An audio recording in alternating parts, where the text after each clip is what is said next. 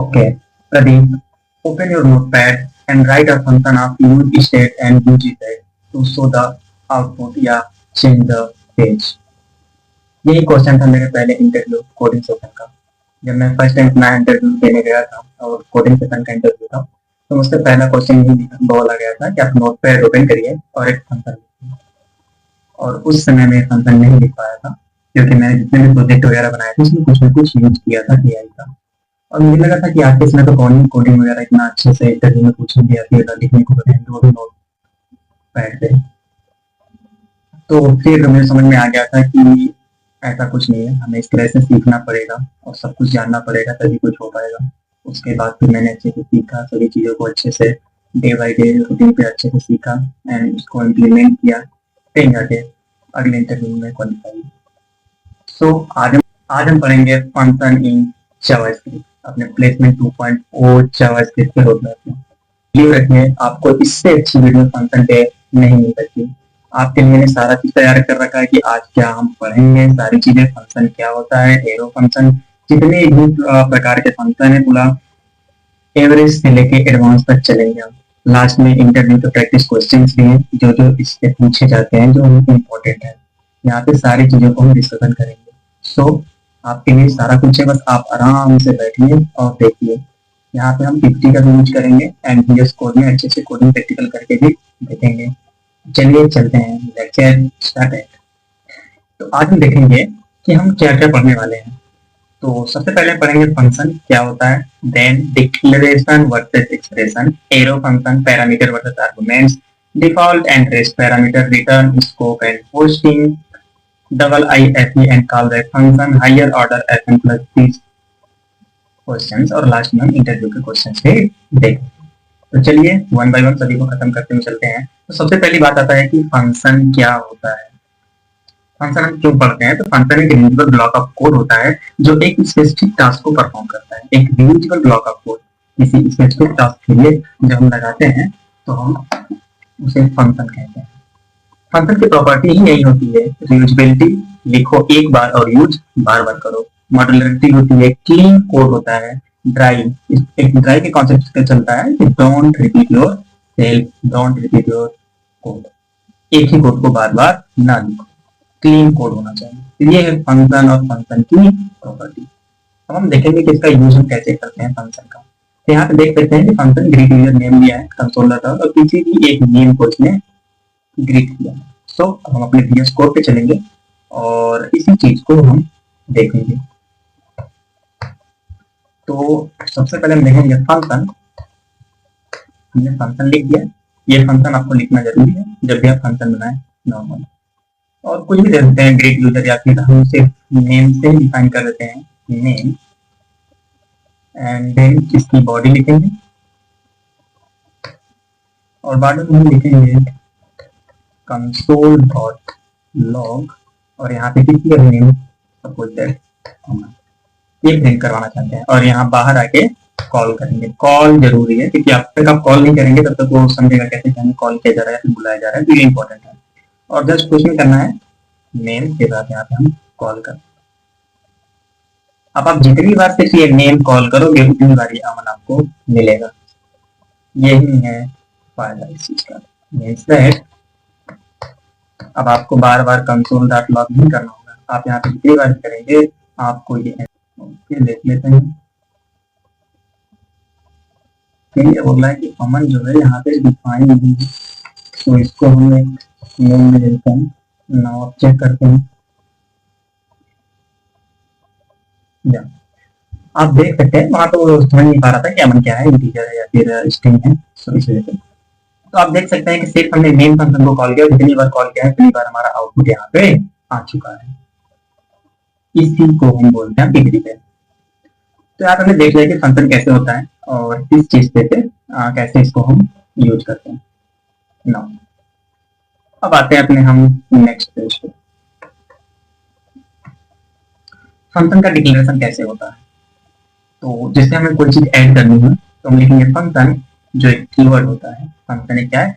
Keyword होता है। Function को कोई ना कोई नाम दिया जाता है, जैसे हम वेरिएबल का नाम डिफाइन करते हैं वैसे ही हम फंक्शन का नाम देते हैं। तो आप वहां पे कुछ भी ले सकते हैं, बस जैसे वेरिएबल का नाम देते हैं वैसे आप कुछ भी फंक्शन का नाम दे सकते हैं। और उसके अंदर कुछ ना कुछ आप पैरामीटर को सेट करते हैं। ये होस्टेड होता है, जो नॉर्मल फंक्शन होता है होस्टेड होता है, मतलब आप फंक्शन की बॉडी डिफाइन करने से पहले भी आप इसे कॉल कर सकते हो, ये कोई भी इधर नहीं है। तो आप समझ गए, फंक्शन अच्छे से जान गए होंगे अबाउट फंक्शन। यहाँ पर हमने सारी चीजें देख भी ली। ये एक फंक्शन कीवर्ड होता है, इसको हम किसी न किसी नेम से देते हैं, वेरिएबल नेम से, इसको कोई नाम देते हैं, एंड देन उसकी बॉडी बनती है, एंड उसको हम सिंपली कॉल कर लेते हैं और हमारा आउटपुट आ जाता है। तो ये था फंक्शन के बारे में। नेक्स्ट अब आता है फंक्शन एक्सप्रेशन। तो क्या होता है फंक्शन एक्सप्रेशन? हम अपने VS कोड पे और सिंपली हम लिख लेते हैं const एंड इक्वल टू, अब जितना भी कोड लिख के प्रैक्टिस करेंगे उतना ही अच्छा रहेगा। प्रैक्टिस a, b, सिंपली इसकी बॉडी बनाएंगे और रिटर्न कर देंगे हम रिटर्न a प्लस b को रिटर्न करेंगे, इसके बॉडी के नीचे आएंगे एंड देन यहाँ पे हम कॉल करवा लेंगे console dot log at function हमारा है, और उसमें हम देंगे a, b। नाउ देखते हैं अपना रिजल्ट। रेफरेंस मतलब कि ये की में बता सकते हैं, क्योंकि हमने कुछ तो पास ही नहीं किया ना भैया, कुछ दोगे तभी तो मिलेगा। 4, 5 या जो कुछ भी लेना क्या चाहते हो आप, ऐड क्या करना चाहते हो वो तो बता दो। अब यहाँ पे हम देख लें कि हमारा आंसर क्या आ गया, 9। सो हमारा सिंपल सा आउटपुट ये आ गया। अब अपने देखते हैं अपने एक्सप्रेशन को।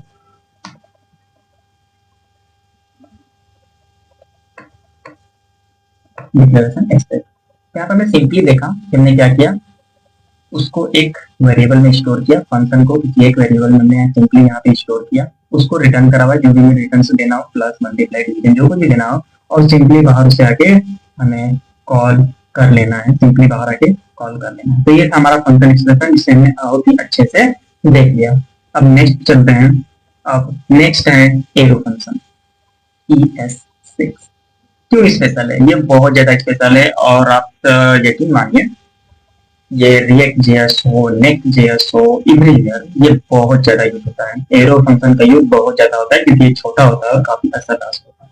ये क्यों स्पेशल है? तो छोटा और क्लीन सिंटैक्स होता है, फंक्शन कीवर्ड की जरूरत ही नहीं होती इसमें फंक्शन कीवर्ड की जरूरत नहीं होती है। सिंगल एक्सप्रेशन हो तो सिर्फ बॉडी और रिटर्न स्किप कर सकते हैं, और अपना दिस नहीं होता, इसका कोई अपना दिस नहीं होता, सराउंडिंग इसको लेता है, जैसे लेक्सिकल दिस, इसका कोई अपना खुद का दिस नहीं होता है, सराउंडिंग से ही लेता है। इसका बेसिक सिंटैक्स के बारे में देख लें तो यहाँ पे क्या है, कॉन्स्ट एड वही सिंपल सा जो था, और इसमें एक चीज ये हुआ है जो फंक्शन उसमें हम लिखते थे एक्सप्रेशन में, वो फंक्शन यहाँ से हटा दिया गया है, ताकि फंक्शन बना रहे हैं तो फंक्शन के यहाँ पे फंक्शन नहीं लिखेंगे, ताकि जो सिंटैक्स है वो छोटा हो सके और क्लीन दिखे।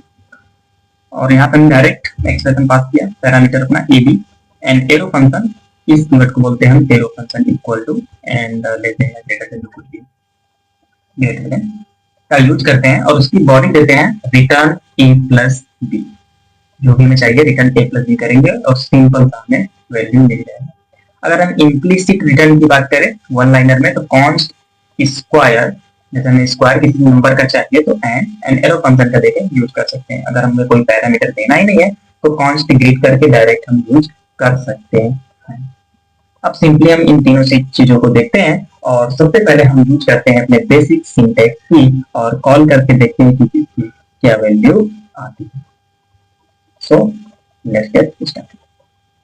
तो अभी हम VS कोड पे थे, और यहाँ पर हमने इस चीज को देखा, तो हमने इसी चीज को देखा, तो सबसे पहले इसको हम कर लेते हैं, हम इसको कर लिए सिंपली कमेंट। अब यहाँ पे ये फंक्शन था, और यहाँ पे हम सिंपली इसी फंक्शन को क्या कर देंगे, और यहाँ पे हम क्या देंगे अपना एरो फंक्शन इक्वल टू और ग्रेटर देन। अभी हमारा फंक्शन तैयार है। अब देखते हैं कि रिटर्न क्या आता है, क्या सेम वैल्यू मिलती है हमको। या हम देख सकते हैं कि यहाँ पे हमको क्या मिला, 10। क्यों? क्योंकि यहाँ पे हमने 4 और 6 को पास किया। आप देख सकते हैं कि अगर हमने फंक्शन को हटा दिया, हमारा जो सिंटैक्स था वो और छोटा हो गया, लेकिन आंसर फिर भी उतना ही आ रहा है। ये बेसिक सिंटैक्स था एरो फंक्शन का। हम एरो फंक्शन का यूज कैसे करते हैं, इक्वल टू, और आप क्लियरली देख सकते हैं हम एरो फंक्शन का यूज कैसे करते हैं, इक्वल टू और ग्रेटर देन के साइन से। फिर कुछ नहीं करना, अपना वही बॉडी लिखना है, रिटर्न a प्लस बी और सिंपली इसको कॉल करना है। इससे सिंपल फंक्शन क्या ही हो सकता है, इससे सिंपल फंक्शन कोई कैसे नहीं समझा सकता। आई होप आप लोग को बहुत ही अच्छे से समझ में आ रहा होगा कि हम कैसे इसका यूज करेंगे। Now, अब हम नेक्स्ट देखते हैं कि नेक्स्ट फंक्शन अपना क्या है। यहाँ पे हम इम्प्लिसिट रिटर्न करने हैं किसी भी फंक्शन को। जैसे किसी भी फंक्शन हमने क्या किया, जस्ट यहाँ पे ऐड कॉन्स्ट किया, सबसे पहले उसको किसी वेरिएबल में स्टोर करवा दिया। कॉन्स्ट स्क्वायर को हमने क्या किया, एक वेरिएबल में स्टोर करवा दिया। इक्वल टू लिखा, फंक्शन लिखने की जरूरत नहीं है, हमने एक वेरिएबल अपना पैरामीटर कुछ भी लिया, एन ले लिया और इसको एरो फंक्शन की सहायता से हमने एन इंटू एन कर दिया और यहाँ पे हमारी वैल्यू थी, इसका स्क्वायर सिंपली मिल जाएगा। फिर कैसे कर सकते हैं, अगर हमें कोई पैरामीटर नहीं देना है तो कॉन्स्ट ग्रेड यूज करेंगे। हमें कोई किसी चीज को ग्रेड करना हो, डायरेक्ट पैरामीटर यूज करेंगे और कंसोल डॉट लॉग करके हम हाई कर देंगे। आइए इस चीज को देखते हैं विदाउट पैरामीटर को। तो अगर हम विदाउट पैरामीटर करें तो कॉन्स्ट के साथ हमने क्या लिया, ग्रीड फंक्शन अपना लिया एंड इक्वल टू एक हमने पैरामीटर सेट किया, हमने कोई भी पैरामीटर यहाँ पे दिया ही नहीं और अपना डायरेक्ट हमने एरो फंक्शन का यूज किया, डायरेक्ट हमने एरो फंक्शन का यूज किया और यहाँ पे हम कंसोल डॉट लॉग करके हमने क्या दिया, कोई एक मेन दे दिया, मान लीजिए 30 सिंपली। अब यहाँ पे हम देख सकते हैं सर कुछ तो आया नहीं, आंसर क्यों नहीं आया, क्योंकि हमने कॉल ही नहीं किया। तो सिंपली यहाँ पे हम क्या करते हैं, अब कॉल कर देते हैं ग्रेड को। अब देखेंगे कि हमारा आंसर आ गया होगा यहाँ पे 30। सो आप सिंपली यहाँ पे देख सकते हैं कि हमने कैसे विदाउट पैरामीटर को इसको सॉल्व कर लिया बहुत ही अच्छे से। अब आते हैं अपने नेक्स्ट पीपीटी का, तो इसे जस्ट ओपन कर लेते हैं। हमने ये पार्ट कवर किया, ये भी हो गया। फंक्शन डिक्लेरेशन अच्छे से देख लिया, फंक्शन एक्सप्रेशन। आपको जिसमें भी प्रॉब्लम हो प्लीज कमेंट कर दीजिएगा, मैं दोबारा बनाऊंगा वीडियो आपके लिए अगर कहीं भी प्रॉब्लम होगी तो। वैसे मैं इस तरीके से बना रहा हूँ कि आपको कहीं भी प्रॉब्लम नहीं होगी। यहाँ पे भी आप सिंपली वही कर सकते हैं, डायरेक्ट कॉल करना है आपको। आप देख सकते हैं कि यहाँ पे लिखा है const square N arrow function N multiply N. यहाँ पे आप ये लिखेंगे, नीचे सिंपली से कॉल करवा देंगे कि स्क्वायर आप हमें जो भी नंबर दीजिए, तो वहां से आपको ये दे देगा। हमने विदाउट पैरामीटर देख लिया, सारी चीजें हमने बहुत ही अच्छे से यहाँ पे देख लिया। अब आते हैं declaration versus expression versus arrow. हमने जो भी पढ़ा, सबसे पहले डिक्लेरेशन पढ़ा, उसके बाद एक्सप्रेशन पढ़ा और अब एरो पढ़ा। इन चीजों को सभी इसको अच्छे से देख सकते हैं। तो होस्टिंग हमने देखा था कि क्या होता है कि कॉल डिफाइन से पहले ही कॉल कर लेते हैं, तो इसमें था सिर्फ डिक्लेरेशन में था और ना ही एक्सप्रेशन में था और ना ही एरो फंक्शन में था। मतलब एरो फंक्शन में क्या था, सबसे पहले हम डिफाइन करेंगे देन ही कॉल कर सकते हैं। एक्सप्रेशन में डिफाइन था, बट डिक्लेरेशन में क्या था कि हम पहले कॉल करके बाद में डिफाइन कर सकते हैं। दिस ब्लेंडिंग हम देखा, ऑन दिस ये खुद का दिस बनाता है और नॉट होस्टेड ये भी खुद का बनाता है, और लेकिन ये जो एक्सप्रेशन होता है वो भी खुद का बनाता है, बट जो एरो फंक्शन होता है वो लेकर आउटर दिस का यूज करता है। सिंटेक्स की लेंथ अगर देखें तो डिक्लेरेशन में मीडियम होता है, एक्सप्रेशन में मीडियम होता है और एरो फंक्शन का बहुत ही शॉर्ट होता है। कैन बी एनोनिमस, ऑप्शनल क्या क्या इसमें नेम हो सकते हैं, तो डिक्लेरेशन में नहीं, हम कोई नेम ऑप्शनल नहीं ले सकते हैं। एक्सप्रेशन और एरो फंक्शन में ले सकते हैं, हमेशा हो सकता है। Best for reusable name function, अगर हमें नेम का रियूजेबल बार बार स्ट्रिंग फंक्शन को चेंज अगर करना पड़ेगा उसके लिए बेटर है। असाइनिंग वेरिएबल, अगर एक्सप्रेशन का यूज करना है तो हमें वेरिएबल को असाइन करने के लिए आता है, और arrow function call back start function जो एरो फंक्शन का देता है कॉल बैक और स्टार्ट फंक्शन के लिए करते हैं, और ये बेस्ट अप्रोचेस है। नेक्स्ट आते हैं पैरामीटर वर्सेस आर्गुमेंट।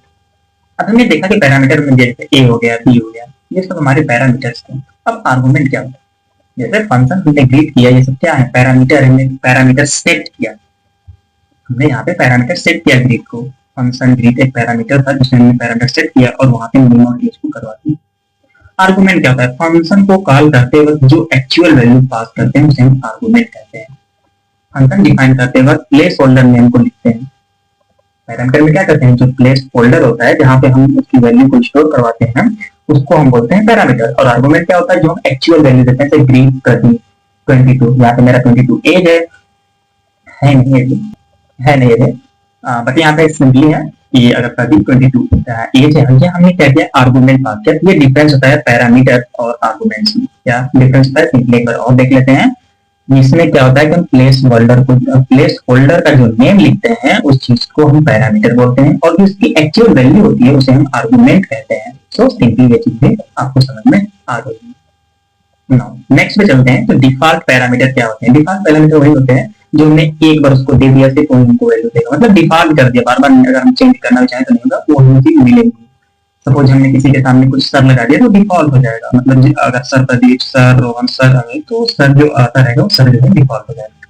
यहाँ हम देख सकते हैं कि function greet name equal to guest, name equal to क्या कर दिया, गेस्ट कर दिया, कंसोल डॉट लॉग में हेलो और नेम कर दिया, मतलब जो गेस्ट का नाम आएगा वहां पे हेलो के साथ प्रिंट हो जाएगा। अब यहाँ पे हमने सिंपली क्या किया, ग्रेड कर लिया। अब क्या आया, हेलो गेस्ट, हमने जैसे ग्रेड में क्या पास किया, प्रदीप, तो हेलो कर दिया। आप देख सकते हैं डिफॉल्ट पैरामीटर का मतलब यहाँ पे क्या, हमने हेलो को डिफॉल्ट सेट कर दिया, हमने हेलो को क्या किया, डिफॉल्टली सेट कर दिया। अब जो भी आएगा यहाँ पे उसकी वैल्यू मिलती जाएगी। नेम प्लेस होल्डर दिया हमने, उसके सामने क्या करते हैं, हम डॉलर का साइन लगाते हैं, और यहाँ पे जो भी वैल्यू हम देखते हैं बैक स्टेट में देते हैं। ये जो आपको ये वाली वैल्यू दिख रही है, ये बैक टिक, इसमें हम इसकी वैल्यू को पास कराते हैं। चलिए सिंपली अब इसको भी हम अपने VS कोड में देख लेते हैं। नाउ आते हैं और एक हम सिंपली अपना फंक्शन बनाते हैं।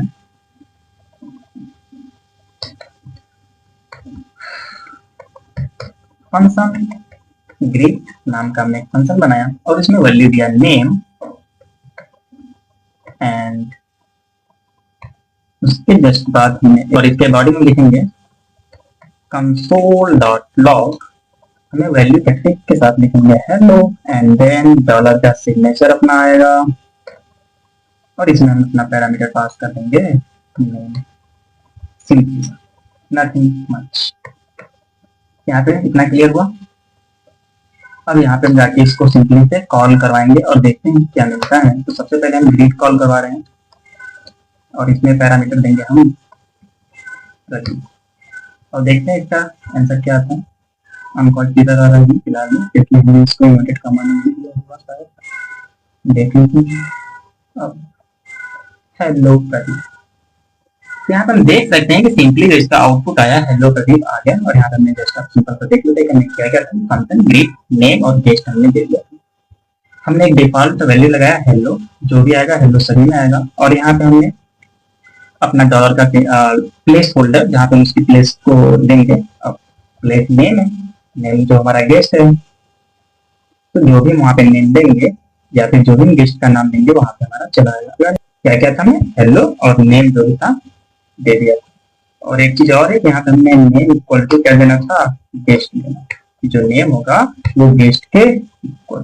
तो कोई प्रॉब्लम यहाँ पे अब नहीं आएगी, आप देख सकते हैं कि जो नेम इक्वल टू था हमको गेस्ट देना। तो यहाँ पे कोई दिक्कत, मेरे ख्याल से आपको कोई भी दिक्कत नहीं आई। तो अब चलते हैं अपने नेक्स्ट पे। अब आता है रेस्ट पैरामीटर्स। ओके, तब हम आ जाते हैं अब रेस्ट पैरामीटर्स आर्गुमेंट्स पे। अब ये क्या करता है, तो रेस्ट पैरामीटर मल्टीपल आर्गुमेंट्स को एक एरे में कलेक्ट कर लेता है। अब जैसे अभी तक हम देखते आ रहे थे कि हम एक पैरामीटर, दो पैरामीटर या फिर ऐसे ही पैरामीटर पास कर रहे थे, 3 पैरामीटर्स, बट हमें बहुत सारे पैरामीटर्स को पास करना हो तब हम क्या करेंगे, तो उस चीज़ में हमें रेस्ट पैरामीटर्स का यूज करना पड़ता है। जैसे हम डॉट डॉट डॉट के आगे जितने भी नंबर सा पैरामीटर हमें चाहिए वहाँ पे हम लगा देंगे और उससे हम यूज कर लेते हैं। अब देखते हैं कि हम रेस्ट वर्सेस आर्गुमेंट्स में अंतर क्या होता है। तो रेस्ट पैरामीटर एक रियल एरे है, जो रेस्ट पैरामीटर होता है एक रियल एरे होता है जो कि यूज होता है, जिसमें हम यूज करते हैं मैप, फिल्टर, रिड्यूस, सब फंक्शन को यूज करते हैं और सभी चलते भी हैं। आर्गुमेंट ऑब्जेक्ट एरे लाइक होता है, जो आर्गुमेंट होता है वो ऑब्जेक्ट एरे होता है, मतलब ऑब्जेक्ट का एक एरे बनता है, मतलब कितने सारे आ जाएंगे कोई पता नहीं होता, रियल एरे ये नहीं होता है। एरो फंक्शन में हम आर्गुमेंट ऑब्जेक्ट अवेलेबल नहीं होता है, एरो फंक्शन में जो होता है आर्गुमेंट ऑब्जेक्ट अवेलेबल नहीं होता है, एरो फंक्शन में वो यूज नहीं करते हैं। रेस्ट में हम परम को यूज कर सकते हैं। रेस्ट हमेशा लास्ट पैरामीटर होना चाहिए, जो रेस्ट है हमेशा लास्ट पैरामीटर होना चाहिए। ये सब हम आगे बहुत ही अच्छे से पढ़ेंगे। तो यहाँ पे बस इतना जान लेते हैं कि रेस्ट पैरामीटर का यूज हम क्यों करते हैं, ताकि हमें करने के लिए हम यहाँ पे इसका यूज करते हैं। सिंपली ये है, इसको हम बहुत ही अच्छे से आगे पढ़ने वाले हैं। सो अभी तक के लिए इतना जान लीजिए कि रेस्ट पैरामीटर का यूज हम करते हैं मल्टीपल आर्गुमेंट्स को एक एरे में कलेक्ट करने के लिए। ओके, नेक्स्ट अब आता है द रिटर्न स्टेटमेंट। हमने रिटर्न स्टेटमेंट का भी यूज जस्ट किया भी था और अभी हम करके देखेंगे भी कि रिटर्न स्टेटमेंट का यूज कैसे और क्यों होता है। और यहाँ पे इसके की पॉइंट को देखें तो रिटर्न फंक्शन की वैल्यू बाहर भेजता है। जो रिटर्न होता है एक फंक्शन में, ये जो रिटर्न हमारा है ये एक फंक्शन में इसकी वैल्यू जो है बाहर भेजता है रिटर्न करके। रिटर्न के बाद का कोड कभी नहीं चलता है। जो रिटर्न के बाद हम जो भी कोड लिखेंगे वो चलेगा ही नहीं। अगर हम यहाँ पे कंसोल करवाएं, यहाँ पे बाकी कोई कोड लिखवाएं तो वहाँ पे वो नहीं चलेगा और हमें कुछ आउटपुट नहीं देगा। अगर रिटर्न नहीं लिखा फंक्शन अनडिफाइंड रिटर्न कर देता है। अगर आपने रिटर्न को नहीं लिखा, जैसे कि आपने एक फंक्शन बनाया, सपोज दैट ये आपने बनाया फंक्शन नो रिटर्न का आपने एक फंक्शन बना लिया और उस पर क्या बोलते हैं कि रिटर्न आपने दिया ही नहीं। जैसे यहाँ पे लिखा है ना कि return a into B, but यहाँ पे आपने कोई रिटर्न का फंक्शन दिया ही नहीं है, तो इस केस में क्या होगा, अनडिफाइंड की कंडीशन आती है और आपको अनडिफाइंड रिटर्न कर देगा। एक फंक्शन में मल्टीपल रिटर्न हो सकते हैं अर्ली रिटर्न पैटर्न से। एक किसी फंक्शन में हमने एक फंक्शन लिया है तो उसमें मल्टीपल रिटर्न कर सकते हैं, बट रिटर्न के बाद का कोड नहीं चलेगा और बिना रिटर्न का हमें अनडिफाइंड मिलेगा। तो आइए चलते हैं एक सिंपल सा VS कोड पे और एक सिंपल सा एग्जांपल हम जस्ट ले लेते हैं। तो एग्जांपल हम वही लेंगे कि फंक्शन मल्टीप्लाई हम करवाएंगे किसका, ए कॉमा बी का। हमने यहाँ पे मल्टीप्लाई करवा दिया, इसकी बॉडी देंगे। बॉडी देने के बाद हम रिटर्न करवा लेंगे कि रिटर्न कर दो हमको, क्या रिटर्न करो, ए मल्टीप्लाई बी, ये चाहिए हमको। बस यहाँ पे सिंपली हमने इसको रिटर्न कर दिया। अब यहाँ पे आके हम इसको बाहर कॉल कर लेंगे। अब अगर यहाँ पे अगर इसके नीचे अगर हम यहाँ पे कंसोल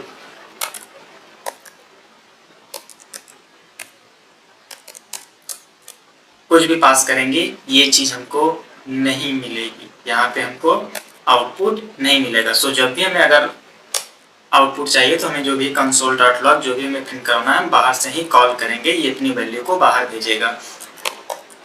तो console.log सिंपली यहाँ पे मल्टीप्लाई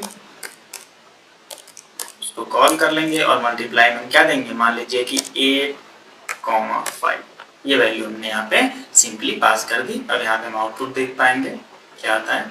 तो आउटपुट आप देख सकते हैं कि सिंपली यहाँ पे हमें 40 आ गया है, 8×5 = 40।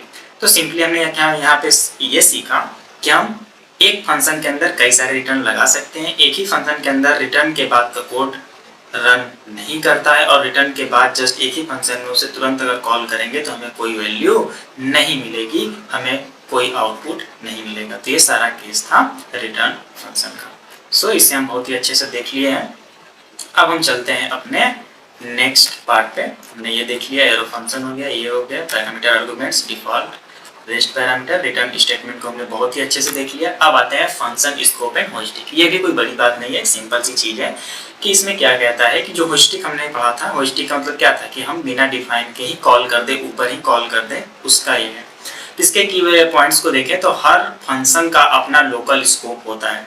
जो भी फंक्शन होता है, जितने भी आप फंक्शन बनाएंगे उनका एक लोकल स्कोप होता ही है। फंक्शन के अंदर डिक्लेयर वेरिएबल बाहर एक्सेसिबल नहीं। इस फंक्शन के अंदर जितने भी आपके डिक्लेयर वेरिएबल है, जैसे यहाँ पे हम देख सकते हैं कि where a = 10 and let b = 20 है। तो ये एक फंक्शन के अंदर के वेरिएबल है। अगर इसे हम बाहर एक्सेस करना चाहें तो ये नहीं हो पाएगा। हाँ, इसी फंक्शन के अंदर अगर हम इसे एक्सेस करना चाहेंगे तो कर सकते हैं, बट अगर इस फंक्शन के बाहर, अगर इसके बॉडी के बाहर हम एक्सेस करना चाहें तो ये हम एक्सेस नहीं कर सकते, ये एक्सेसिबल नहीं होता है। वेयर फंक्शन स्कोप है, लेट कॉन्स्ट ब्लॉक होते हैं। जो वेयर फंक्शन है ये एक स्कोप फंक्शन होता है। हमने यहाँ पर बताया था स्कोप और ब्लॉक फंक्शन क्या होते हैं। जब हम वेरिएबल पढ़ा रहे थे तो वहाँ पे हम लोगों ने बहुत ही अच्छे से पढ़ा था। जो ब्लॉक फंक्शन होते हैं एक ब्लॉक के कोड में यूज होते हैं, वो एक पूरे ब्लॉक में एक्सेसिबल होता है, और जो वेयर होता है एक फंक्शन स्कोप होता है, पूरे फंक्शन में यूज हो सकता है।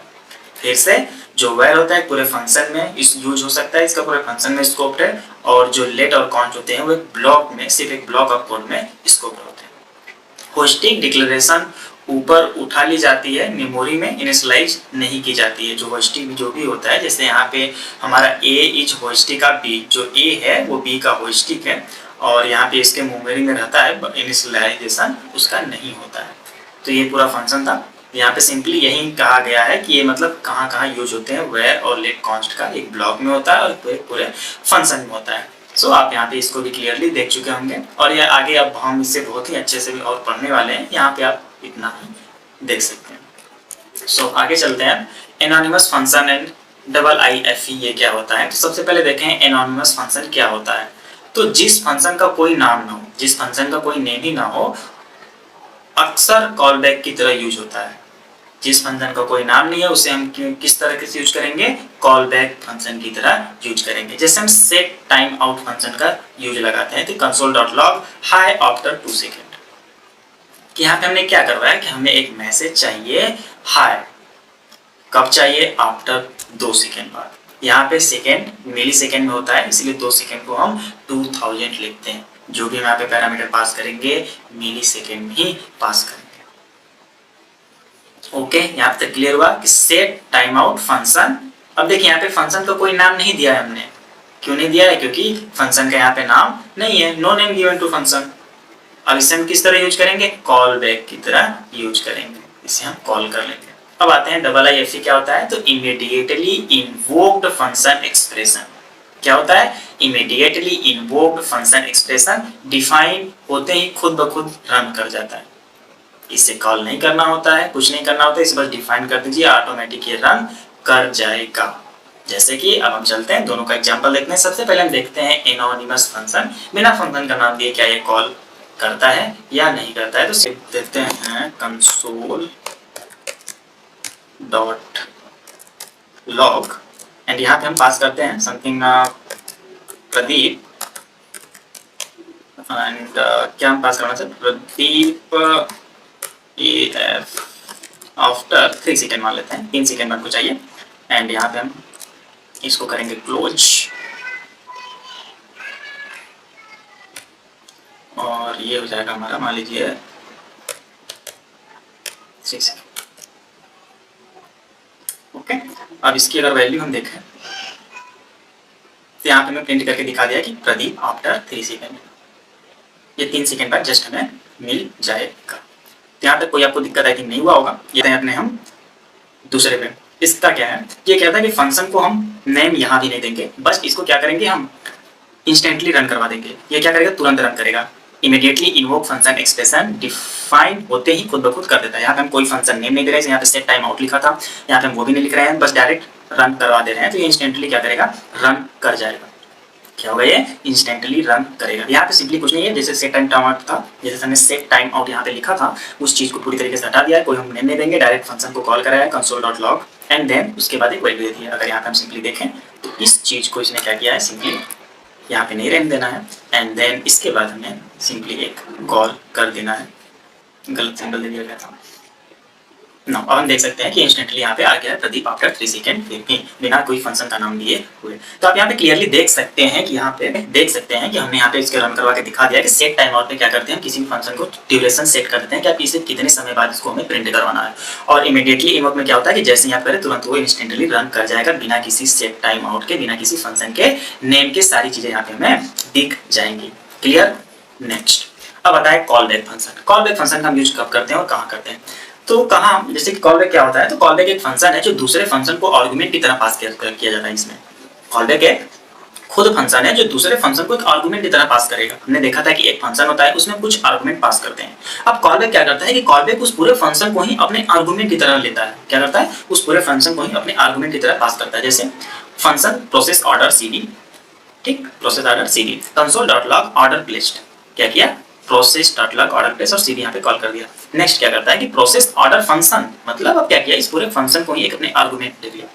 जो ऊपर का इसका जो फंक्शन था, इस पूरे फंक्शन को ही एक आर्गुमेंट मान लिया अपना, और बोल रहा है कि console.log ऑर्डर कंफर्म। यहाँ पे ऑर्डर क्या था, प्लेस्ड हुआ था, और यहाँ पे ऑर्डर को कंफर्म कर लिया। कैसे, इस पूरे फंक्शन को अपना खुद का फंक्शन मान लिया, और यहाँ पे क्या करवा दिया कि console.log कर दो ऑर्डर कंफर्म। क्या होता है, कहाँ यूज होता है, set time out, set interval में ये यूज होता है। सेट टाइम आउट हुआ या सेट इंटरवल, यहाँ पे हुआ ना, अपने ऑर्डर को प्लेस किया गया, फिर ऑर्डर कंफर्म हुआ, तो हमें एक इंटरवल मिला। सेट हमने टाइम को सेट किया और एक इंटरवल के बाद होता है, तो इसमें यूज होता है। एरे मेथड जैसे मैप हो गया, फिल्टर हो गया, फॉर ईच, जैसे एरे के मेथड होते हैं, मैप, फिल्टर, फॉर ईच, इसमें यूज होता है। आगे बहुत ही अच्छे से इसको भी पढ़ेंगे। Event listener, add event listener, ये कुछ डोम के सब प्रॉपर्टीज होते हैं, इवेंट लिस्नर वगैरह, तो यहाँ पे हम इसको देखेंगे। और असिंक ऑपरेशन, एपीआई कॉल्स वगैरह में हर जगह ये यूज होता है। एक के ऊपर फंक्शन है, नीचे उसी फंक्शन को दोबारा एक पैरामीटर की तरह कॉल करने को ही बोलते हैं कॉल बैक फंक्शन, मतलब उसी फंक्शन को दोबारा कॉल बैक करना। क्लियर है। नेक्स्ट चलते हैं हायर ऑर्डर फंक्शन। अब हायर ऑर्डर के फंक्शन कौन कौन से होते हैं, जैसे map function, filter function, reduce function, ये सब सारी चीजें आगे यहाँ पे हमको फिर से पढ़ना है। सो यहाँ पे हम ऊपर बस बताते हैं कि हर एलिमेंट ट्रांसफॉर्म करके नया एरे देता है मैप में। मैप क्या करता है कि हर एलिमेंट को ट्रांसफॉर्म करके एक नया एरे देता है, मैप कर देता है एक नए एरे से। जैसे यहाँ पे दिया गया है कि 1, 2, 3 डॉट मैप करो, बहुत ज़्यादा यूज होता है ये रिएक्ट और नेक्स्ट.js में बहुत ज़्यादा इसका यूज करते हैं, सो इसे बहुत ही ध्यान से देखें। यहाँ पे हम मैप फंक्शन, फिल्टर और रिड्यूस फंक्शन इंटरव्यू में भी बहुत ज़्यादा पूछे जाते हैं, तो इसे आप अच्छे से ही देखें। इसको क्या है कि 1, 2, 3 डॉट मैप एन इंटू 2। अब इसको मैप कर दीजिए 2 से मल्टीप्लाई करके, तो सिंपली ये क्या करेगा 2 का 4, 4 एंड 6 इसको अच्छे से कर देगा। क्या करेगा, यहाँ पे मैप करवा रहे हैं एरो फंक्शन से एरो फंक्शन एन मल्टीप्लाई 2, मतलब ये जो नंबर है उनसे मल्टीप्लाई 2 करके वो चीज में रिटर्न कर दो। ये चीज था मैप फंक्शन। अब आता है फिल्टर फंक्शन। हम फिल्टर फंक्शन का यूज क्यों करते हैं, कंडीशन ट्रू वाले एलिमेंट चुनता है। हमने कोई कंडीशन दिया, जैसे 1, 2, 3, 4 है, फिल्टर एंड डिविजिबल बाई 2। हमने यहाँ पे कंडीशन पास किया कि and divisible by 2 equal to 0। वो हमें कंडीशन दो, तो 2 और 4 ऐसे हैं जो हमें रिमाइंडर क्या देंगे 0 देंगे, तो हमें दे दिया, वो फिल्टर कर देता है। रिड्यूस क्या करता है, जैसे 1, 2, 3 यहाँ पे दिया गया है, डॉट रिड्यूस करो a, b को, और क्या करो a प्लस b कर दो, मतलब इन्हें प्लस करके हमें रिड्यूस करके दे दो, तो यहाँ पे क्या वैल्यू आ जाएगी 6। इन सभी को क्या कर देगा, ये ऐड कर देगा, तो यहाँ पे वैल्यू क्या आ जाएगी 6 आएगी। तो आप इसे अच्छे से देख सकते हैं कि मैप फंक्शन क्या करता है, किसी भी चीज को मैप करता है दूसरे फॉर्म में। फिल्टर क्या करता है, उसे फिल्टर करता है, जो भी आप फिल्टर लगाएंगे उस चार्ट को आपके दे देगा। रिड्यूस फंक्शन क्या करता है कि आपको आपके ऑपरेशन के हिसाब से उसे पूरा तरीके से रिड्यूस करके आपको फंक्शन दे देगा। नेक्स्ट अब आता है this arrow versus regular function. क्या है दिस एरो, क्या है दिस एक फंक्शन है, एरो वर्सेस रेगुलर फंक्शन क्या होता है। तो रेगुलर फंक्शन दिस जिसने उसे कॉल किया, रेगुलर फंक्शन दिस क्या है, जिसने उसे कॉल किया, जिस चीज को उसने कॉल किया उसे हम रेगुलर फंक्शन दिस कहते हैं। एरो फंक्शन अपना दिस नहीं होता, किसी भी एरो फंक्शन का अपना दिस नहीं होता। हमने आगे भी पढ़ा था, जब एरो फंक्शन में लगाया था तो वहां पे क्या था, उसका लेक्सिकल का दिस था। एरो फंक्शन का अपना खुद का दिस नहीं होता, यहाँ पे लिखा गया आउटर लेक्सिकल कोड से लेता है। इसलिए एरो फंक्शन ऑब्जेक्ट मेथड के लिए अवॉइड करते हैं। एरो फंक्शन जब भी हम ऑब्जेक्ट मेथड लगाएंगे तो एरो फंक्शन को हमेशा हम अवॉइड ही करते हैं। एरो फंक्शन बेस्ड है कॉल बैक एरे मेथड छोटे यूटिलिटी फंक्शन के लिए। एरो फंक्शन हम छोटे यूटिलिटी फंक्शन के लिए ही लगाते हैं ताकि वो बेस्ट है, और बड़े में हम अवॉइड करते हैं क्योंकि ऑब्जेक्ट मेथड के लिए नहीं होता, उतना यूजफुल नहीं होता है। अब यहाँ हम देख सकते हैं कि इसका हम यूज कैसे करेंगे। तो कॉन्स्ट यूजर एक नाम में एक वेरिएबल लिया और नेम में अपना नाम दे दिया प्रदीप। रेगुलर फंक्शन है, हमने एक रेगुलर फंक्शन बनाया एंड उसमें कंसोल.log लगाया दिस नेम। अब यहाँ पे क्या है, एक रेगुलर फंक्शन है और रेगुलर फंक्शन का खुद का तो नेम होता ही है। अब हमने कहा दिस नेम, मतलब हमने जो ऊपर डिफाइन किया था उस नेम को बुलाया, दिस नेम को कॉल करो, एक फंक्शन हो गया, यहाँ पे हमें वैल्यू मिल जाएगी। बट अगर हम एरो के केस में करें तो एरो यहाँ पे हमें कोई फंक्शन का नाम तो हमें देना नहीं होता, कंसोल.log दिस नेम। अब क्या होगा इस केस में, क्या होगा अगर ऊपर वाले की बात करें तो ऊपर वाले में द यूजर रेगुलर, जो भी रेगुलर यूजर है, यहाँ पे हमने देखा था ना रेगुलर फंक्शन, तो उसमें मेरा नाम तो आ जाएगा प्रदीप, यहाँ पे यूजर आ जाएगा। बट जब एरो फंक्शन रन करेंगे तो वो अनडिफाइंड आएगा। क्यों आएगा अनडिफाइंड, क्योंकि एरो फंक्शन का खुद का दिस नहीं होता है। क्लियर हो गया यहाँ तक, हम आपको एक एग्जाम्पल के थ्रू इसको अच्छे से समझा दे रहे हैं कैसे। सपोज यही एग्जाम्पल हम ले लेते हैं और अपने कोड को क्या कर लेते हैं, हम यहाँ पे पेस्ट कर लेते हैं। अब इस चीज को हम सच में कॉल करके देखेंगे कि हमें क्या मिलेगा। यहाँ पे हम फंक्शन का नाम हमारे क्या था, अब इसको हम क्या करेंगे कि इसको कॉल करेंगे। तो कॉल करने के लिए क्या करते हैं, यूजर जो भी हमने जिस नाम से वेरिएबल दिया था डॉट रेगुलर फंक्शन को हमने यहाँ पे क्या कर दिया, कॉल कर दिया। अब इसकी वैल्यू हम देखते हैं कि क्या मिलता है हमको, और आ जाते हैं अपने डॉक्यूमेंटेशन पे। तो इसकी वैल्यू हम देख सकते हैं कि यहाँ पे हमें प्रदीप मिल चुका है क्लियरली। ओके नाउ अब आते हैं, अब नेक्स्ट यहाँ पे हम करते हैं यूजर डॉट एरो। अब हमें क्या मिलेगा, अगर हम यूजर डॉट एरो फंक्शन को करें तो हमें अब मिलेगा नथिंग, कुछ नहीं मिलेगा। यहाँ पे आप देख सकते हैं क्लियरली कि यहाँ पे कुछ नहीं है, मतलब मीन्स इसका दिस फंक्शन होता ही नहीं है, इसलिए इसकी वैल्यू अनडिफाइंड या नहीं मिलती। इतना क्लियर हो गया आपको। अगर हम यूजर रेगुलर करें तो हमें मिलता है प्रदीप, और अगर हम यूजर एरो करें तो नहीं, क्योंकि एरो का दिस फंक्शन नहीं होता है और रेगुलर फंक्शन का दिस फंक्शन होता है। क्लियरली आप लोगों को अच्छे से समझ में आ गया होगा।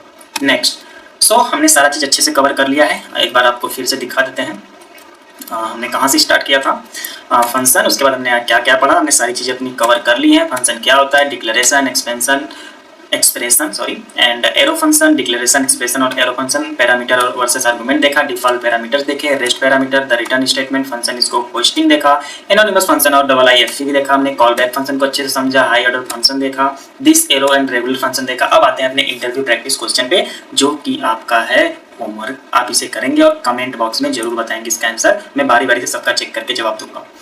फंक्शन डिक्लेरेशन होस्टिंग होती है बट एक्सप्रेशन नहीं। क्यों?